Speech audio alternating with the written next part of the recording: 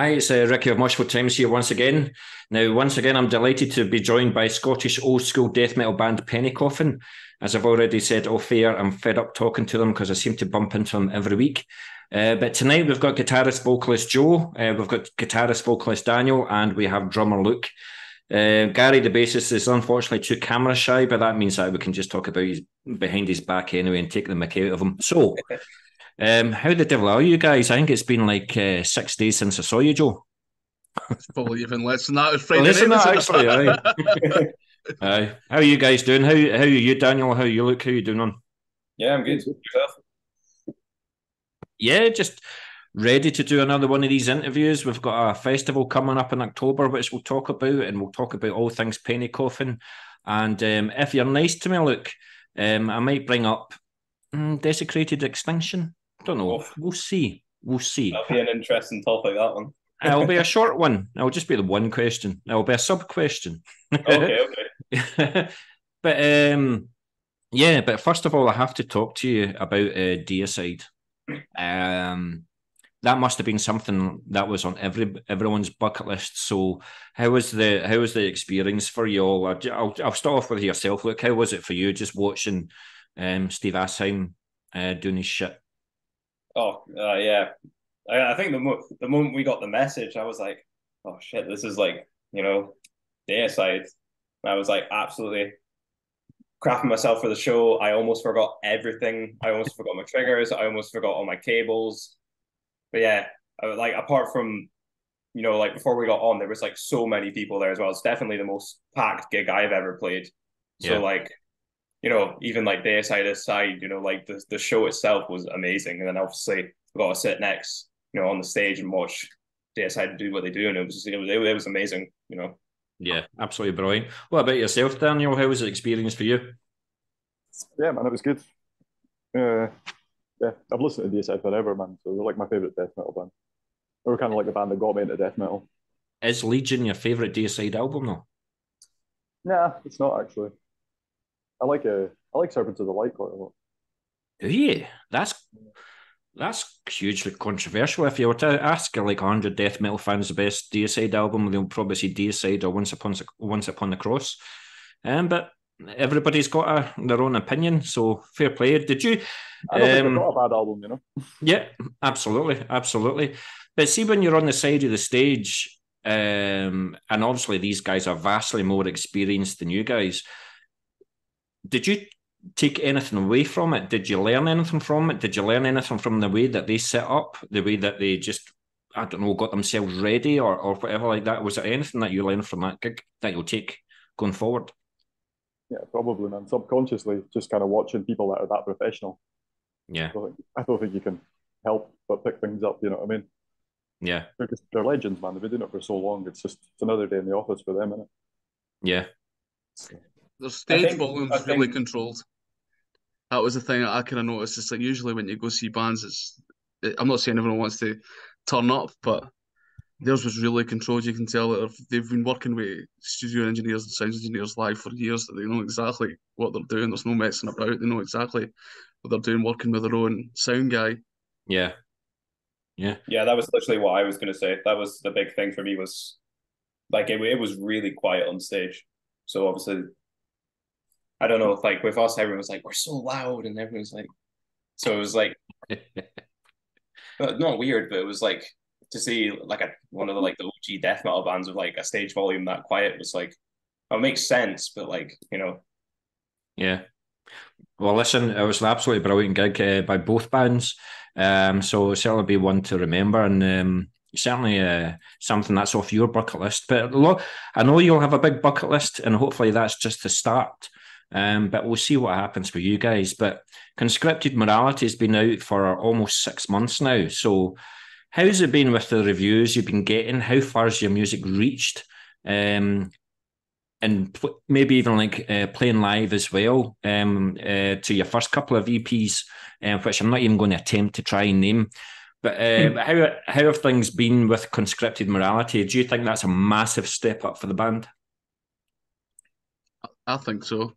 I think it seemed to go further than the last one. Maybe that's partly down to having more contacts and more people you've always got a previous relationship with to look to try and get reviews. And I think when people are looking to listen to a band or even me as a fan, if you see that name more and more often pop up in different review places or different websites that you go on, you're more likely to listen to it. So it's just like almost like a bombardment. If you keep saying the name Penny Coffin enough, eventually you're going to listen to it. But I think just in general, looking at kind of Bandcamp and Spotify stats, it's definitely went to a different kind of level. Yeah, yeah. It's amazing what you can do nowadays. Like if you go into Bandcamp, you can look at the analysis of it all and at the analytics of it all, and you can see like you've got fans in Puerto Rico or something like that, or Thailand or something like that. Have you reached obscure countries like that? We've been Australia, Japan, Singapore, but the ones if you've got to post stuff to Australia, it's so expensive, and I don't think I charge enough.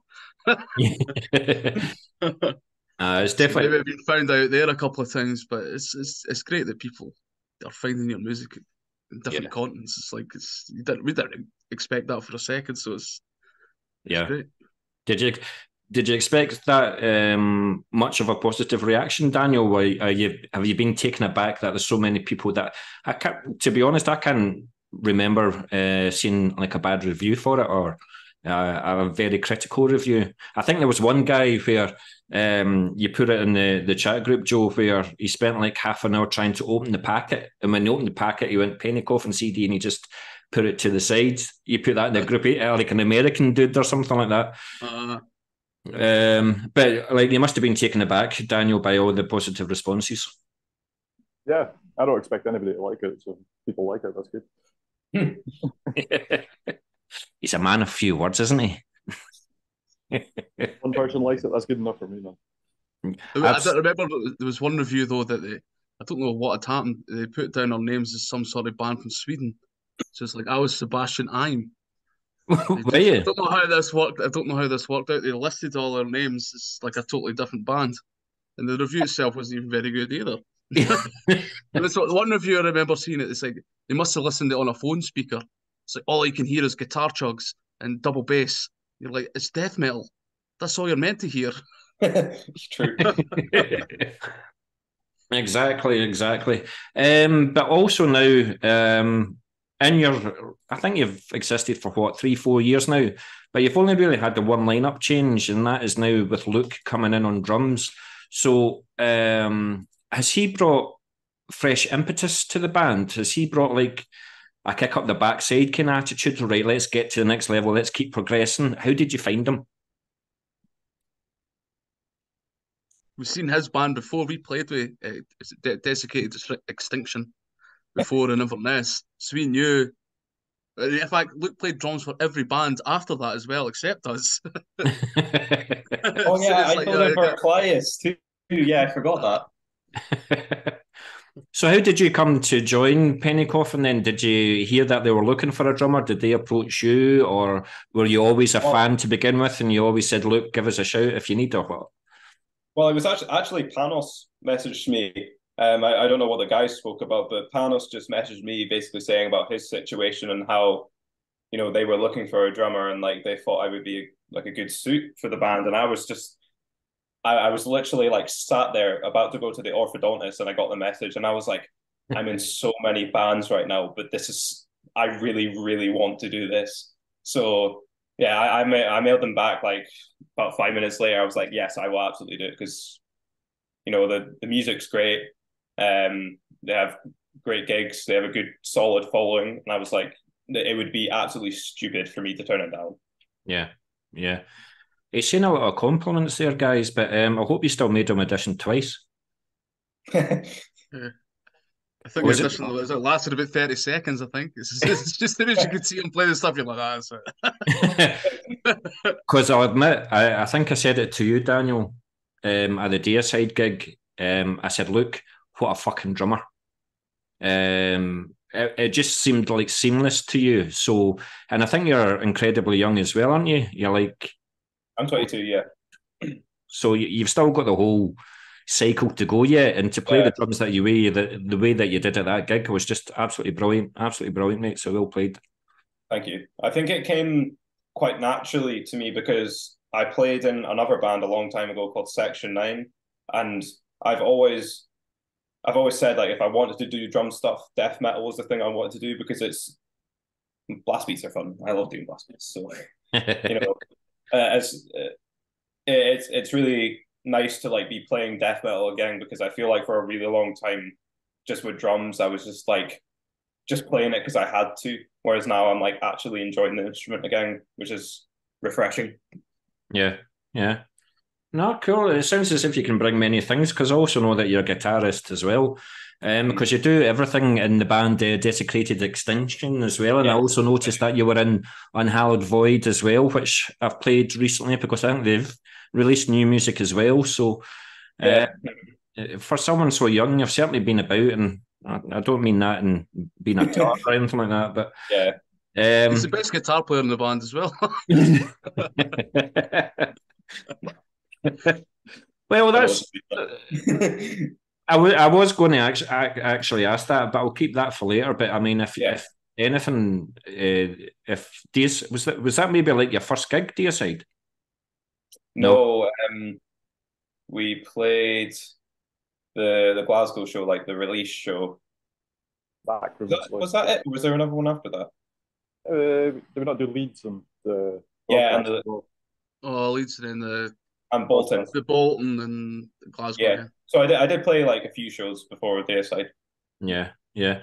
And that's a good thing with Penny Coffin is, like you say, they've got a strong following, so they'll get asked to be played in different areas probably that you've never played in before yet. So it's all the experience for you. So tip my hat to you, sir. But now you guys, you release music quite close together. So does this mean that after the 6 months that you're quite quick and prolific songwriters, that you've got new songs in the works? Yeah, we've got a few. Now, is a few as in a few 2 or 3, or a few 8 or 9? About 7 or 8. 7 or 8. We've got enough for an album, I would say. We're going to have to work on it, but we've got enough strong songs here, I think, for an album. So is that what you're saying? What's going to be happening next? Because I think you guys have done the EPs. You've done the EP route because you've released 3 so far. So I think the next step is for you guys to release an album. And you, like I say, you've been together for like a short period of time, but you're releasing music really quite quickly, and it's top quality shit. So why not spend an extra few months and record 3 or 4 more songs and release an album? I kind of see it like you're almost doing like 2 EPs, because in my head you'd be working on the kind of vinyl length style that's already kind of built in with the EPs. So it's almost like working on just doing 2 EPs really. But you want to take it all to another level if you're going to do an album or want to do music again. You want it to have a better recording, but I think there's a better budget for it now, and so going down that EP route at the start has definitely worked out because people are interested, and it's given us the opportunity now to think, like there's a real opportunity to go out there and make an album. Yeah, absolutely. I mean, you guys of all people know how strong the old school death metal scene is in Scotland at the moment. I mean, I'm 50 in a few weeks. I know I don't look it, but I am, and I can't remember the Scottish scene ever being so strong. I remember back in the day, you had Corpse, you had In Extremis from Stonehaven, you had Inversus from Edinburgh, and Festa from Aberdeen and stuff like that. But Corpse were the only one that really got like an album deal. Now there's so many opportunities for the new school of old school death metal, so many opportunities, and hopefully you guys will fall into that. And I think if you do what Coffin Mulch have done, for example, and release an album, things can happen for you guys. I think we've got to go down that road. You see that the kind of success of Coffin Mulch with their album, and Age of Summoning put their album out, and you're like, I think we're maybe approaching the time that we could maybe do something like that. I'm not saying it's going to be on any of those sorts of levels, but we'll just make the best music that we can make and hope for the best, really. Yeah, absolutely. I mean, you've got Luke, and I know that he likes his slam death metal with his solo project and stuff like that. But is he? I know that you're not going to try and bring it into the Penny Coffin sound, but is Luke also bringing a hell of a lot of ideas? Is he coming in with riffs? Is he coming in with ideas for songs? Well, we just started kind of working on new stuff. It was actually like on not Monday, but Monday past. Yeah. Sorry, not the Monday past, but the Monday before that we started to jam out some new stuff. That was only the first time that we actually jammed it. So there's work to be done. So I can imagine there'll be loads of ideas getting put forward. Yeah. Especially. Yeah, they'll definitely Drummers have to put the ideas forward, you know. That's it. It just, you know. You don't know how it kind of works sometimes until you're in a room playing it either. It can sound Exactly. good on a laptop with programmed drums, but until you actually go in and you're like, oh, that bit didn't actually turn out the way you kind of wanted it, or it might be certain riffs you're like in a room that like, oh, that is really good. Yeah. So you've got to be in the room first and kind of work on it like that. But figuring out the dynamics and stuff. Yeah. Is Luke pissing you two guys off though by sending you riffs at 4 o'clock in the morning, saying that this is the best fucking riff for Penny Coffin? By the way, when you hear this, not yet. Gotta focus on writing drums. That's hard enough. So how was COVID for you? Look, like, have you got like an electric drum kit? Were you able to practice in the house, or were you like using kitchen pots and pans and stuff like that? Well, for a long part of it, I just had my guitar because I was staying somewhere else when the first lockdown hit. So I was just pumping out covers. I was doing lots of Rings of Saturn covers and like stuff like that. And then when I finally got home, all I did was practice drums because that was at the time with my other band, Section 9, where we were like, let's do an album. So I wrote like 12, 15 songs or something. Yeah. And unfortunately, nothing happened with it. But I had a pick pad and a Guitar Hero drum set, and that's what I practiced on. Anything to keep yourself fit, you know. That's all you need. That's all you need. All you need. I mean, I just picture Joe, like, for example, playing air guitar for like 18 months, That's all I need again. It's all in the mind. But so you've got ideas for new material then. How would you say, what's the next progression level? You obviously had your two first EPs, which I will not mention because I'll embarrass myself. And then you had Conscripted Morality. What do you think you're going to jump to next? Like, where do you think the sound's going to change, differ, or stay the same? More refined? More extreme, I would say. I think I've on purpose increased a lot of the kind of tempos you'd be writing riffs at. So I think there'll be that extremity there. But then again, we'll still want to have dynamics within the songs. You want to have, or I want to have, kind of like maybe a slower song here or there, or something maybe more mid-paced or groovy, or you want to still have atmosphere in the songs. You want to have a diverse range of songs in it. I think that's fair enough. Like I've thrown an album that's all blasts. I like that as well. But I think what Penny Coffin and what we've done with the EPs anyways have been diverse enough that maybe you won't like this song, but you might like the slower song or something towards the end. But so it's just having maybe the kind of different strokes for different folks. But I think if we're doing an album, I think it will be mostly very extreme. So what do you think has brought that on then? What's the reason for like a change in this, a small change in the sound? Do you think it's just because you're tighter as musicians, or you've progressed as musicians, or you just? I think the first stuff that we wrote at the very start, which most or a lot of those songs are on the first 3 EPs or first 2 EPs, and we never really imagined getting a drummer like Panos at the beginning. We were Look now, so I think we did plan to write as fast songs or maybe as complicated or any of these things that we've been able to do, finding Panos and then Luke that can play blast beats and play at these sort of tempos. So you're kind of taking advantage of it and developing the sound with a full band rather than like a couple of guys like trying to get songs together.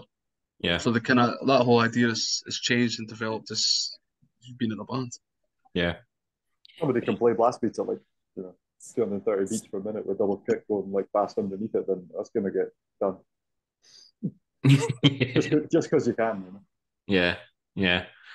Well, I think Luke's got the capability of doing 250, 260. Who the hell knows? Who knows? This is a bit of a push, maybe 250. Well, he set the bar, guys. So write the songs up.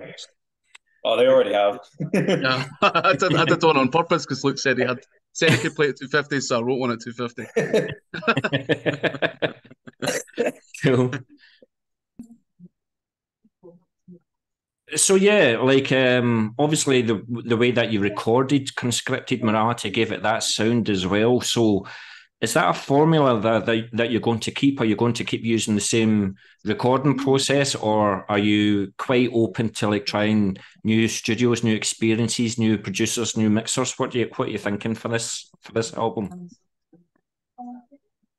Well, I think there's. I'll let let you you go. No, I'll let you go. I'll let you go. Nah, you go. I think we're probably the stuff we done before.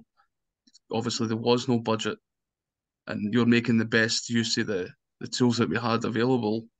I think in the future, I think there's the possibility that we could use studios or use a budget for better equipment. Yeah, And I think that's part of it. Like if we're doing like an album or more recordings, it's got to be. But I'm not adverse to using a lot of the same techniques that we kind of used before because it definitely helped develop a sound. I think every time we did it, we got better at it, and we came up with new ideas that we refined every time. So I don't want to totally abandon that and let someone else come in and pick it all apart. I'd rather still have the control over it yeah, and that we can make the decisions rather than uh, you paying some guy say to mix and master everything, like to mix and master everything or to reamp everything. And but I think going forward, I will definitely try to use maybe studio drums or studio vocals or some things Well, along those lines. like you were saying about Luke bringing things to the band, you know, he's pretty good at recording. He records all his own stuff for I'm Hallowed and for Desiccated Extinction. yeah. So he's got plenty of tricks up his sleeve and things that we haven't even explored with him yet. So he's definitely going to be bringing some stuff to the recording process. That's for sure. Absolutely. Like you say, you've got a bigger budget, so just have to see where it takes you. I mean, we would all love to get like Dan Swano to master it for you and all the rest of it, but you've got to live within your means. But it's interesting because there's bands that have a kind of similar budget, but they go to a studio and they get like the fifth member of the band type thing or the sixth member of the band type thing because they actually tweak things, push you, and all the rest of it. Whereas you guys kind of like to act a wee bit more independently, maybe. Or push each other, you know. Who's You the know moody what? one in the band? Who's the one that's never satisfied? Everyone. Everyone. Yeah, It's I think you've got an idea in your head to begin with what the finished product should be or close to it should be, and Yeah, everyone kind of shares something similar. So it's like if you hear something and it's not quite there, it's not going to be a big deal, especially the way we were doing it. There was no time constraint. There's no one telling you like this had to be done right this second. It's like everyone's got lives to just relax and do it in your own time. yeah, yeah. So have any labels been knocking on the door after the release of Conscripted? Like, have you had any kind of interest? Or are you quite happy to just do things at your own pace, your own time? I mean, you look at Dog Tired, for example, one of Scotland's biggest exports at the moment, and they've been independent for 15, 20 years because they just like to do it their own way. But I don't know whether you love the backing of a label or what. It depends what Take people the can money. offer you. Take their money. They were kind of coming off The great- some sort of massive recording budget. Of course you do it. You'd sign your life away just to make like you're like, oh fucking right, we'll just do this. But I don't think that happens to anybody. I think what happens now is use basically your own money, Yeah. and maybe if you're lucky, a bigger label will be interested enough to produce it, like produce the actual product for you, and you'll be able to recoup that way. I'm not sure if anyone's getting advances on anything. Yeah. That's my limited knowledge of of what the music industry is. But I wouldn't assume there's any big recording budgets or art budgets or video budgets coming in the way of any death metal bands outside maybe the very top that you see. Mainly just merch, getting printed, CDs, cassettes, and that getting printed for you. Like you say, like there's no like budget for recording or anything that I've heard of. Yeah. Maybe you get offered like some gigs or something, like decent gigs through a record label, like a tour. But if it's something like that did happen, that'd be pretty cool. But you never know. It's just one of them things. No point in putting all your eggs in one basket. You know what I mean? That's exactly it. Exactly it. You still like to make your own decisions and things like that. So absolutely, absolutely. And I love how you've still got the old school aesthetics, the CDs and the cassettes, which I do. I've still got my cassette in my. I bought a £25 cassette and CD player from Argos, so that means I can bring all my cassettes back out. And I'm playing bloody Penny Coffin and stuff like that. So I'm chopping up my onions and listening to Ballistic. I'm going fucking. But anyway. So that's where my tape players in my kitchen. Absolutely. Absolutely. But yes, with the recording process that you went through with Conscripted, then, if you were to revisit it, would you change anything, or do you think you're going to change anything in the way that you recorded it going forward? With hindsight, when you listen to it a million times back when you're recording it, you think you've done a pretty good job. But then maybe you hear it again in different speakers and you're like, oh, I wish I did this, wish there was more bass or this or that. But that's part of like, you're never really going to truly be satisfied with it because you're always wanting to find ways to improve it. But I don't think that's necessarily bad. I wouldn't go back and really change anything because it's owned by that space and time and the people that done it and the equipment that was used. You can't replicate that again. So yeah. It's the same with every EP release that you've had so far. You'd imagine that it's the perfect release at the perfect time with the perfect sound. But maybe 10 years down the line, when you've released a couple of albums and stuff, maybe you would like the opportunity to re-record them. Who the hell? I think the last recording you could put up. Your Max Cavalera. Just re-record the stuff. I think the last recording, though, I think Constructed Normality, it sounds the best of all the ones we've done. I think we could put it up against most death metal stuff you would hear, and you wouldn't kick out of bed. Like, I think it's like you're not going to go, what the fuck is that? It sounds heavy and it sounds like death metal. And like you hear it on your show, it's not like you put it up against anything. You're not seeing a noticeable climb off in the sound quality or the production quality. I think it's for the way it was done. I think it's just about maybe as good as you were going to get. Can I ask a very silly question though? How sick are you of playing Bootlicker? Which is my favourite one. I think it's actually my joint favourite Penny Coffin song, by the way. What's the other favourite? What was that?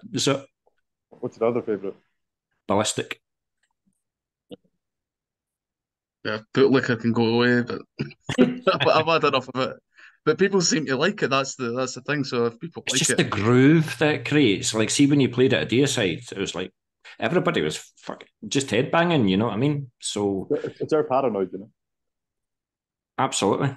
I think you can replicate the kind of idea of the kind of groove against the double bass, like carpet rolls, like Morbid Angel would do in better songs.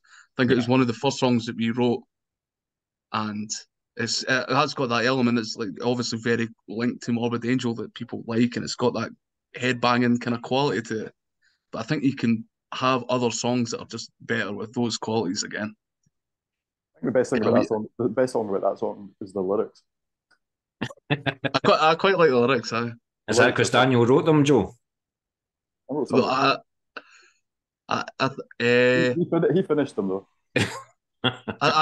He sent me lyrics and I used like quite a lot of what he did. I had like lyrics that I might think about or being something else. Yeah, I like the lyrics in that song. I can remember writing it, like writing down the stuff that I sent to Joe that he finished off, and it was just like, yeah, it was good. Yeah. That was a really bad day at work. Well, do you know, I was going to talk about the topic of lyrics later on, because we're running out of time in this section. But yeah, absolute fair play to you. And one of the things that I love about Penny Coffin, especially in the live front, is the vocal delivery. Because I love a band with more than one vocalist. It just adds so much more to the song. And I think Joe hates Bootlicker because he does most of the singing on it. Because he's quite lazy, is he not, guys? It's really easy. That's the easiest one to play and sing. Yeah, Like I don't have to think about it. Good stuff, good stuff. Right, thanks very much for that, guys. But with the band now fairly settled on the band members front, when constructing this new material that you're talking about with the album then, and with band members having their own personal taste in music, how would you say that you keep it all together? For example, like when negotiating, like what stays in and what goes out of a song?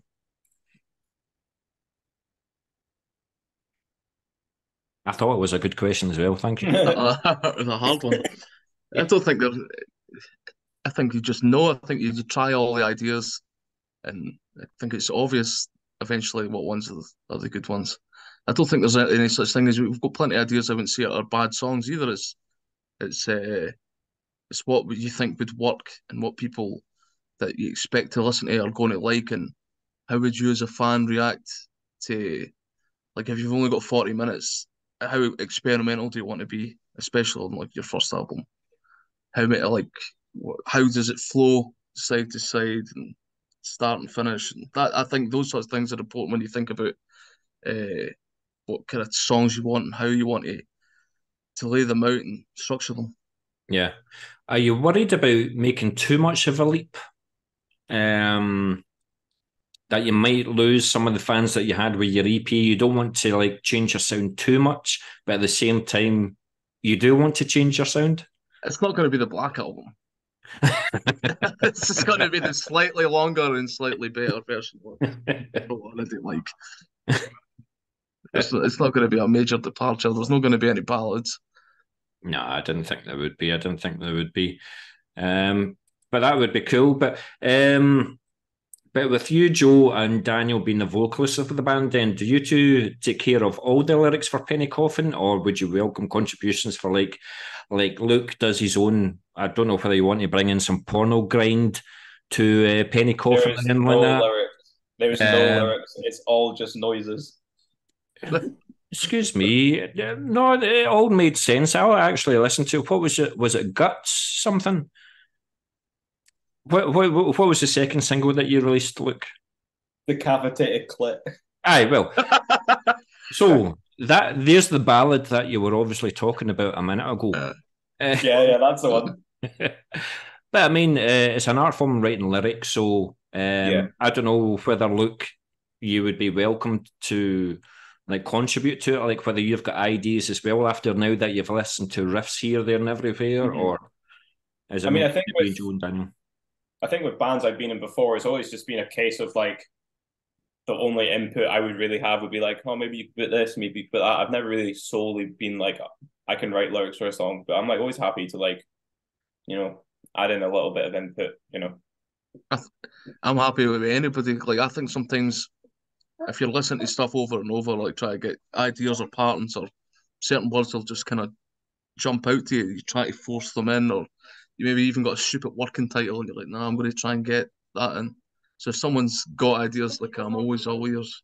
Like usually, like Peyton will send me like lyrics and I'll use them to start my lyrics, or use them in stuff I've already got. So they'll like come together like to make something that is better. Yeah. Yeah.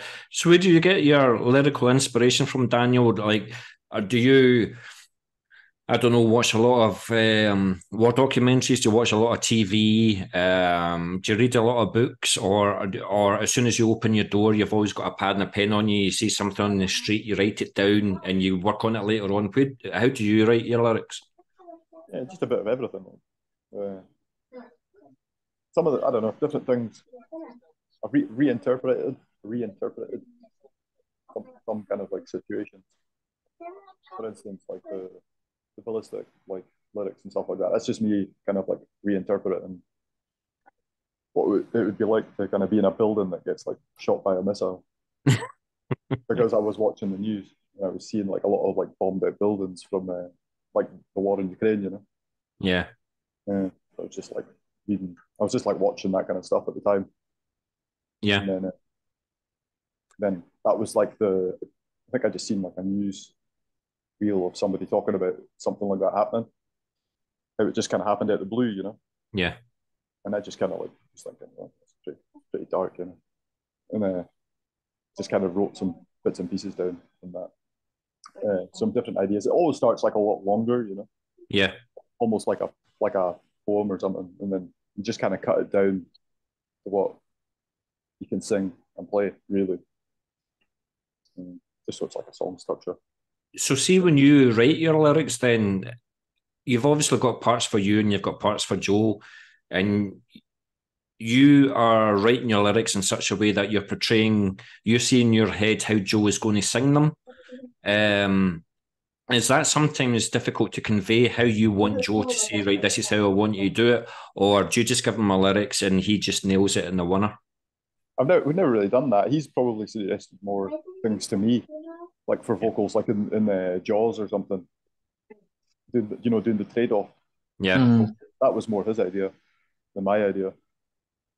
I'd like to do kind of more stuff like that, and like I've got plans to do more stuff like that. It's the difficult thing when is if you do demos with your own voice, try to do the two, the other person's going to sing it differently, and I think to get that right, you have to like almost demo it first and almost produce each other. Like if you're going to have to sing the same line at a certain point, like how are you singing that, and can I change the way I'm singing it to suit what you're doing, and vice versa.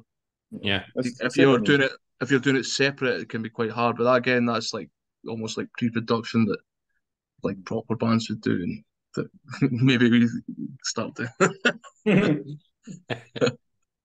It's like live as well. Like you could kind of do different things live than on the record. So like on Slow Dive, it's mostly Joe. Well, it's all Joe doing the singing on it, but live I'll come in on like certain parts. We just agreed like I'll sing them words and you do the rest. Yeah. It's got more impact, you know what I mean? Yeah. But, yeah. So what about yourself, Luke? Have they asked if you want to sing? Like, are you going to be like Chris Reifert in the drums there? Been there, done that, never doing that again. You're never going to have a microphone just ready for you, know? No, never. I cannot blast that fast and do vocals. What about getting one of these things that you can just put just a wee microphone head there? Brittany mic. Exactly. There's a very good band from down south called 357 Homicide, and they're just a two-piece slam band, and the drummer does do that, and it sounds really, really good. Well, so I don't have any excuse, but I'd preferably not. Unfortunately, the next time you meet these guys and you go into rehearsals, you're going to have to purchase one of these because now that I've said it, it's there. We're going to get Gary to sing a song like Yellow Submarine or This Garden or something like that. He doesn't know this yet. What about yourself, Joe? Like, where do you get your inspiration from writing lyrics? I think maybe I do it kind of slightly different. I listen to the songs and I can hear the patterns, like the like syllable kind of patterns, or certain words pop out, and I'd kind of write round that, and I'd sit with the guitar and make sure that I can at least do something in the syllable patterns and play the guitar at the exact same time. Yeah. And if I can do that, then I kind of fit the ideal lyrics in those kind of spaces.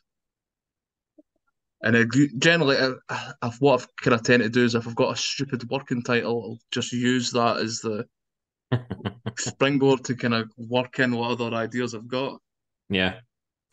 It's interesting because I see what you're looking at. But I mean, I've interviewed like Carl Willits, and he waits for the songs to be written. So it's as if he does fuck all for a year, and then 2 weeks before he goes into the studio, he's like, shit, I better write something here. But then, as you know, Joe, we've got Quando from Brain Bath, and he's like, I've got 15 songs already written. lyrical wise, So it's just interesting to find out how vocalists actually work, and that's why I asked the question. So you just steal stuff. Essentially, yeah.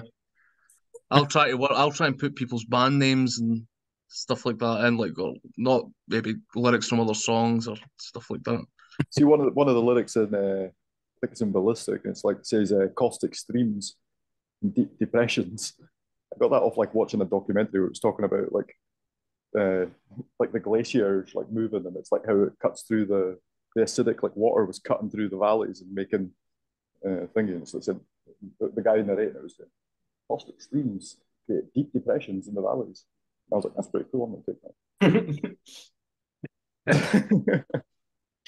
it's just amazing how you do it, like, because it's definitely a talent in itself. I mean, everybody. Well, I was going to say everybody can write a riff, but it's certainly a talent in itself, like writing words. But I hope either Daniel or Joe, you don't piss each other off because you've got like I don't know, a 10-word sentence, but you've only got 3 seconds to say it in because of the riff. You're like, yeah, bastard. But but yeah. But obviously, one of the main reasons for this interview is that you're going to be playing Moshville Oktoberfest on Saturday, October the 7th at Ivory Blacks in Glasgow for my 50th. Like I said, I don't look it, but yes, I am. So obviously, having seen you guys playing live and knowing you personally, I'm extremely looking forward to seeing you again. But now that the world has opened its doors to playing live again, I know 1 or 2 gigs that you've played recently, but do you have anything coming up in the near future apart from Oktoberfest? Penny's gig, Dead of Winter in January. That's the only thing that's totally booked. There'll be something that's not announced yet down south for, I think it's around May. But right now, I think your gig, the Oktoberfest, will probably be the last of the year unless something crazy happens. I think most of the people are down to their last kind of holidays. I've got none left, and yeah. So I think January's going to come quick enough, and it'll give us time to work on other stuff. Well, at least mine's on a Saturday, and can I just say there was another ticket sold tonight, so that's good. All looking good. So at least one person's going to be turning up. That's good. It's a start. It's a start. But I take it like it's far too early for like any new stuff. Like it's not like as if you're going to play one new song or anything like that. You're just going to play everything off conscripted and maybe off a song each of your first couple of EPs. It'll be a similar set than we've been doing, but every time we're playing, you just get more comfortable and tighter. So I'm expecting it to be good for your gig, like. Well, do you know what? I'm going to come back to the set list later on because it's a question that I like to ask towards the end of the interview. But I'm going to talk about the visual side of the EP for a second. Who done the artwork for you? And how easy or difficult was it for you to convey what you wanted the image to be? Was it like you gave them a song title, you gave them a whole album, gave them free reign, or was it this is what's in my head? What did you do for the album cover, EP cover? I think Daniel had seen it in I don't know where he was in a museum when he was on holiday. A war photographer called James Nachtwey or Natway. I don't know how to actually pronounce his name. Mm-hmm. And it was like a series. He's like a war photographer. It was a series of pictures from, I think a lot of them were in Afghanistan. Yeah. And there was this like one that he was showing me that like we both really liked. It was a woman in the full burqa, like mourning, I think, her brother over this kind of grave, and you could see they're all kind of freshly made graves, almost like in a desert kind of situation.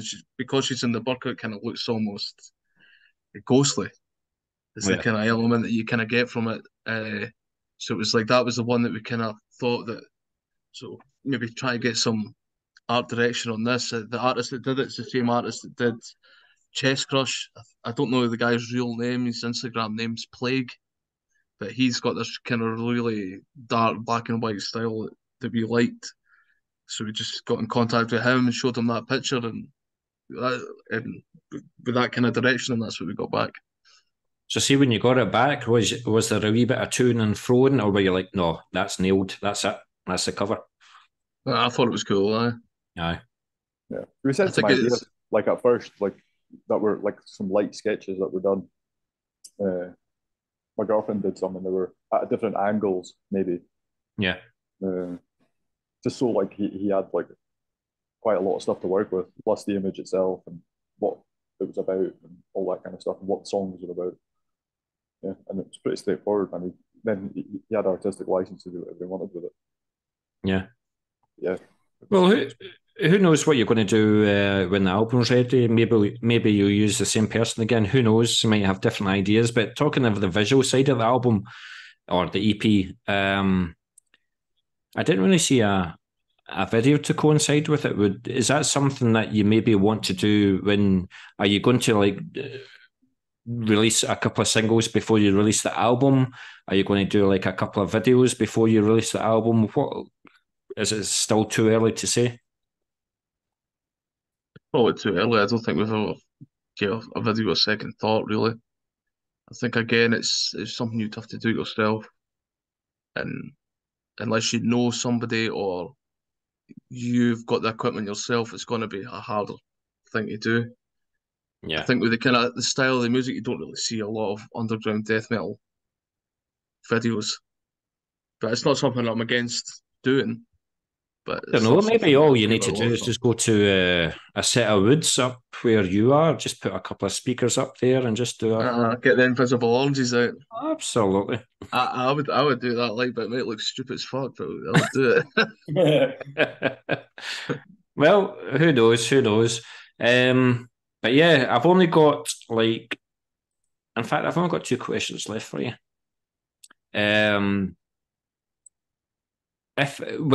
Your set list.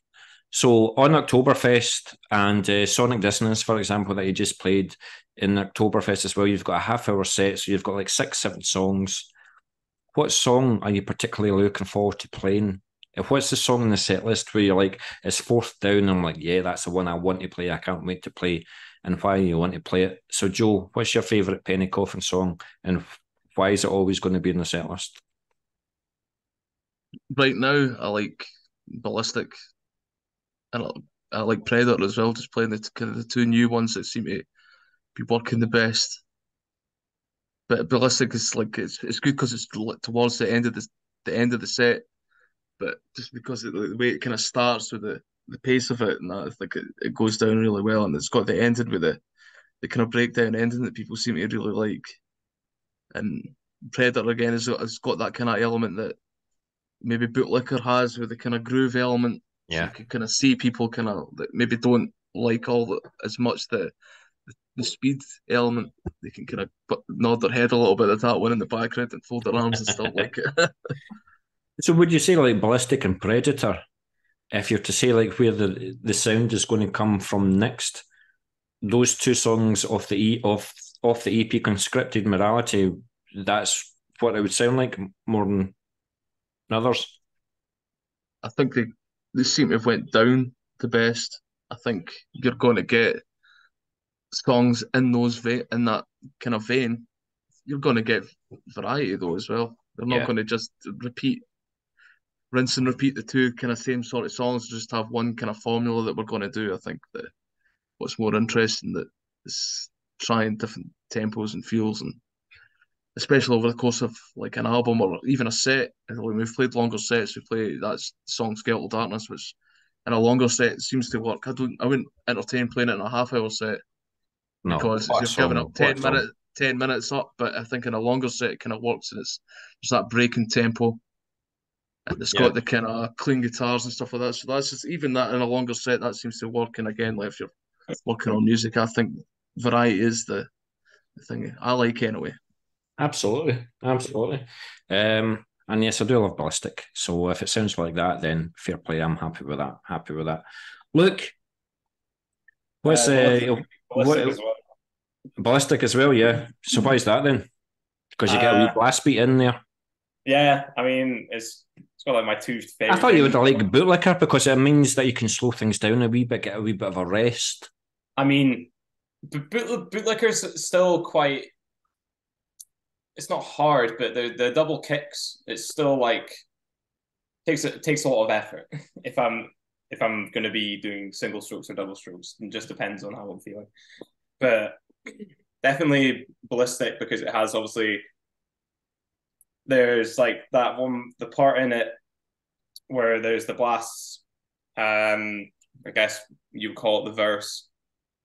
And I don't know when I first got sent it was different because obviously there's a lot of bands that are just straight blasts Yeah. and it's the whole time, but you hear the accents on the hi hat on the first and the third part, and then obviously you have the accents on the cymbals on the right, and I don't know, it's very satisfying to play, and the same with Jaws because I don't know that song's probably I would imagine the fastest that we have in the set, and it's just such a great opener. It's yeah, I guess I just like playing fast stuff. Something tells me I know how the album is going to sound. It's going to be like 30 minutes of blast beats. I'm okay with that. I think you're probably about right. It'll be about 30 minutes of blast beats and like a big doom song or one mid pace song. That'll probably be right. I see Daniel put his head in his hands here, saying, "What the fuck are we doing?" But Daniel, what about yourself? What's the song that you're looking forward to playing in the set then? I like to put Predators pretty cool. Yeah, I like that one. So was the reason for Predator? Is that where like Joe does most of the work and you can just sit back and relax? Yeah, pretty much. But I like that song. I just like the like kind of like looks in. It's like it's quite satisfying to play. Yeah. It's got like a nice kind of feel to it. Yeah. Yeah, I just like playing it. Absolutely. And just the last question, listen, I thank you very much for your time. I know this was a wee bit later, but I'll get this interview out for the weekend, hopefully, if not before. But this is where I normally ask about the instruments that you played to record the EP. I know, Luke, you're in after the EP, but you can let me know your drum set. So, Joe, what's your? Is it still 1-0? Just went 2-0 and they've got two guys sent off. What?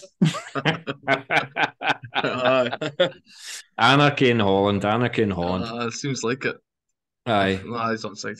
So, Joe, what's your guitar setup? What's your amps? What's your pedals and all the rest of it? What's your setup, mate? I'm really simple. It's like a Boss Katana. It's like a modeling amp. I've got like a bank of like basically 4 sounds that I would use saved. But the good thing about the Katana is it's got like every Boss pedal that's ever made and built. So it's going to do high gain. It didn't cost the world, so it's perfect for me and what we're doing just now. Yeah. The guitar is the same guitar I've had since I was like 18.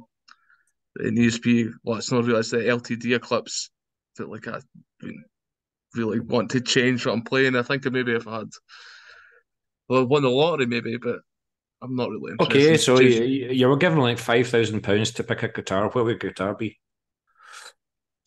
Like the slightly better version in black. Or buy like a fucking James Hetfield Explorer just to like pretend.